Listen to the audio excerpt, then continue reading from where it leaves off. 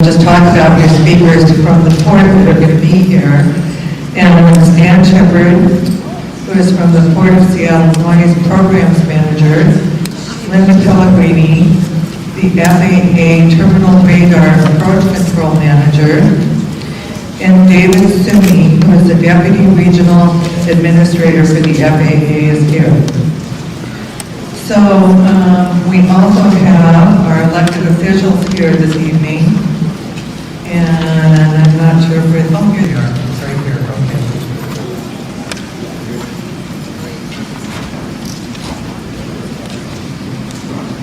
Okay, so first I want to acknowledge our elected officials who are here. Representative Dave of the Grove, Senator Karen Kaiser, Representative Tina Morwell from the 33rd District, King County Council Member Julia Patterson, and Allie Larkin from Water District 54 Water Commissioner. So thank you all for coming. So first of all, I want to introduce Representative Dave of the Grove. And would you like to come up and say a few words? Well, good evening. We are all here tonight because we care about our community. We love our homes, and we want our families to have a decent quality of life. And as one of your representatives in Olympia, rest assured I understand how airplane noise impacts our lives and our peace of mind.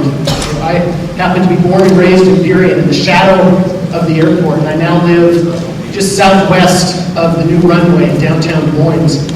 And while I'm not as impacted as many of you are, I do know what it's like to have to ramp up the TV volume every time a plane flies over, and I certainly know the challenges of trying to get a decent night's sleep. And our community has been down this road before. We've come together in the past to challenge the Port of Seattle, which operates Seatac Airport, on noise issues, environmental issues, and construction of the third runway. And we've seen grassroots leadership from community organizations like CASE and RCAA, which have the tables out front in the foyer. And all of the leaders have always stood with us. And I think of folks like Des Moines Mayor Bob Scheckler, Burien Councilwoman Rose Clark, who have put in decades of service and attention to this issue.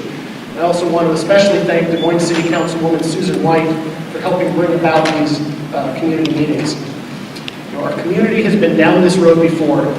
I remember, for example, joining more than 1,000 people at Foster High School 10 years ago, probably including some of you, to testify against a state permit for the third runway. And all this kind of reminds me of a famous quote by a poet named Edna St. Vincent Millay. And she said this, and forgive my language, "Life isn't one damn thing after another, it's the same damn thing again and again." But our community has a proud history standing up for ourselves, for speaking out. And quite frankly, we've never really been sure if anyone was listening. But tonight, however, we have representatives with us from the Port of Seattle and the Federal Aviation Administration who are here to listen. And they're not here because they have to. They're volunteering their time tonight because they want to. And the folks you'll hear from tonight are hardworking, honest professionals who are here as our guests to share information and to listen. And they are committed to making sure that everyone gets their questions answered and that everyone is heard. And to that end, if we run out of time before you're able to ask your questions, we'll have note cards on the tables by the door where you can leave your contact information and your question. And we will work with the Port and the FAA to make sure your questions do get answered. And so I'm very appreciative of our guests for their willingness to join us, and I hope we can return their courtesy by being respectful and welcoming to both of them.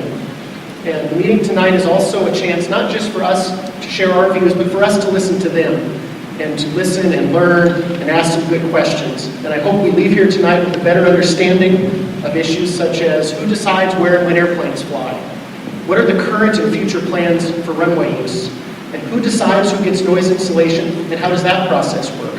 And finally, I'm grateful, very grateful to all of you for coming tonight.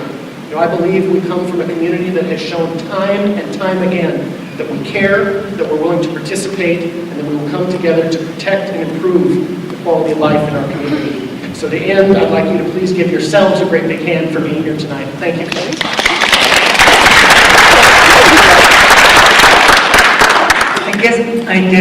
forget to introduce myself. I am Susan White. I am a Des Moines City Councilor. Well, we have a little secret that no one knows about, probably not very many people, but there's a few of us that know. And in introducing our next speaker, Senator Karen Kaiser, we want to wish you a happy birthday. It's her birthday today. Maybe wants to start. Happy birthday to you. Happy birthday to you. Happy birthday, dear Karen. Happy birthday to you. Thank you.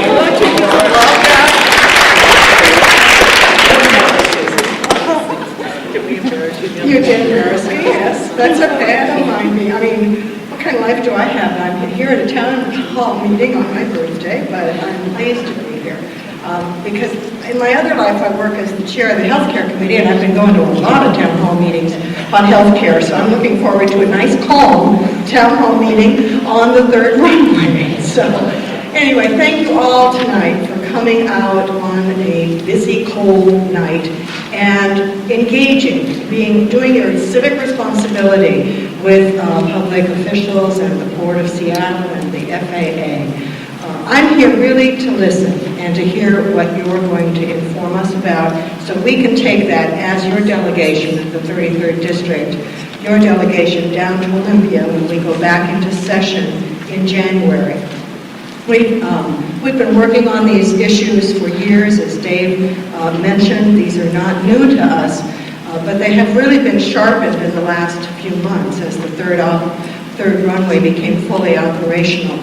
And as it became operational 24/7, although we were in the understanding that it would be a runway that would be used during severe weather and difficult weather events, not 24/7. So we have many concerns about how this runway is being operated, about our community surrounding this runway, and we have a lot of questions. For instance, during the building of the first and second runway, the Port of Seattle was able to work with the FAA and relocate more than 1,000 residential residents and the families that were in those homes. More than 1,000 homes were bought out, and as you know, we have a large area that has no community left. It's really fallow ground. When my son ran it as cross-country team, they used to call it the ghost town when they ran through it. But you know, for the third runway, which is being run pretty much like a regular second runway or first runway right now, they relocated. They only took 100, really less than 100 residents out of the area, both of the north and south combined. More than 1,000 were taken for the second runway. It's a disproportionality that concerns me because I've sat there at 188th and the Des Moines Memorial Drive intersection at the light, at the red light, watching buses and vans and cars full of people sit there as planes zoom in for their final landing just about 100, maybe 200 feet above my head. I just wonder what kind of public safety is that for our community? I am very concerned about that. And I do have real questions about our sleep, because when you have planes flying at all hours, and I live in Des Moines, when we have planes at all hours, our community has a lowering of our quality of life. It's really hard to get a decent night's sleep when the planes are always running. So those are issues we need to hear about, and we need to hear from you. And as I said, after we get information we can gather together from our own meetings, from our questions, and from the questions you bring forward, we'll be developing legislation in Olympia, working with the delegation, and working with all the supporters we can find to see if we can't address this in the legislature as well. Thank you again. Thank you.